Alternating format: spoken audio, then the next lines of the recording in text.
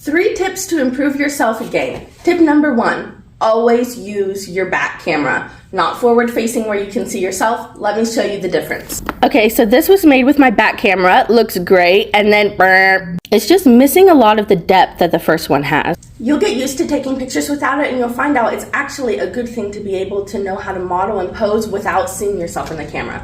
My second tip is use a little remote. It's so nice. You can just stand. If you'll notice, I pretty much use it in all of my pictures. It just makes it really nice. You don't have to press the button and run away or anything like that. Tip number 3 is lighting. If right here, this is just the only light that's coming in is through this window. All the other lights are off. If I were to have the overhead lights on, it would be yellowy, and the yellow and the daytime light would clash, and it would just make it really muddled. Also, it's good to have area around you so that the light coming in creates shadows. It makes it look really dimensional instead of just like being against the wall and having the light coming at you. It can just make it look really flat. And this is one of my favorite tips ever because it totally changed the game for me. But if you're somebody who doesn't know what to do with their hands or always balls them up like I do, if you just put your ring and your thumb fingers together, let me show you, and then let go, boom. Look how relaxed that looks. When I first started, I would be so nervous, but that really helps so much. If your hands, you just so relaxed.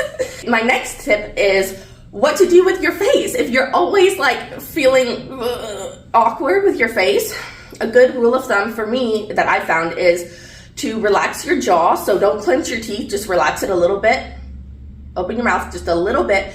And then with your eyes, just try when you're really getting used to it and starting out, smiling just a little bit. Like it can go from like this to like this.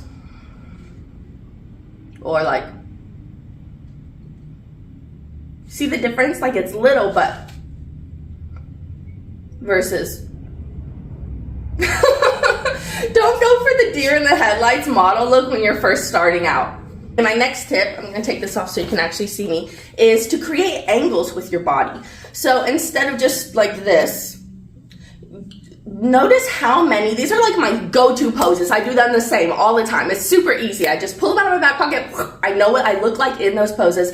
I know how they show off the clothes that I model. So look how many angles you can find in these poses. There's one, angle, angle.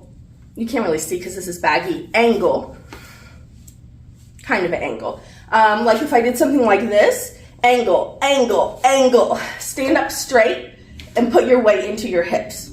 Angle, angle, angle. Another tip I have that I see all the time is that people have their phone like way up at eye level and then it's tilted down. So your head looks humongous and your feet look tiny. Right now, and when I'm taking my pictures, my phone is at waist level. It's just about this tall. It's maybe 3 feet back.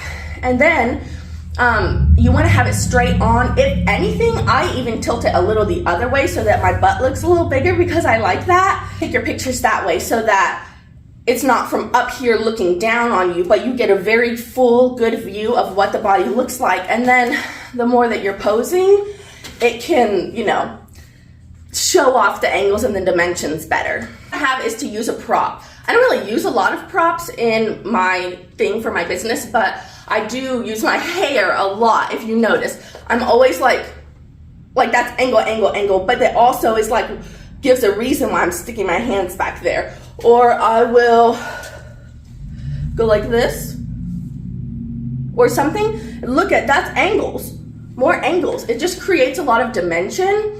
I used to do this a lot. I would just like pretend like I was gonna put it in a ponytail. But see how my angle, I'm turned. There's an angle going back. I'm going on my hip. Angle here, angle here. It's all about the angles. Don't be afraid to take up space and make angles and stand out. You got it. You can do this.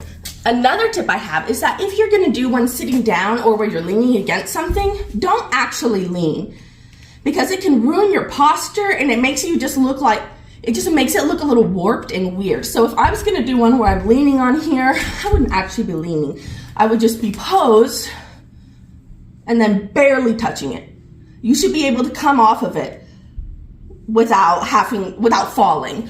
Here's another example if you're sitting down. If I were gonna do one like this or something, I wouldn't actually be like leaning like this. Because you see how it makes it look weird. I would just be holding myself up with my muscles and then barely putting my hands back here. So that can help as well. Another tip that is super important that I cannot live without is my phone tripod. It's just a cheapo one off Amazon. It was like probably like 15 bucks. And I've had the same one for years and I really need to replace it because it doesn't even hold my phone straight, but I just love it so much. So that's really helpful too, because then you can go anywhere and take pictures all the time without it leaning one way or the other. If I don't have it, it makes everything really inconvenient. Another thing that I found really helpful is putting your phone on portrait mode. I have a Samsung Galaxy, so I don't know, it might be different. I think iPhones have a feature like this, but there's regular picture and then there's portrait, which kind of fades out the background a bit and it really kind of takes it to the next level. So that can be helpful as well. Let me know if these were helpful and stay tuned for part 2. And if you're interested, I can also give you a tutorial on how I edit my pictures.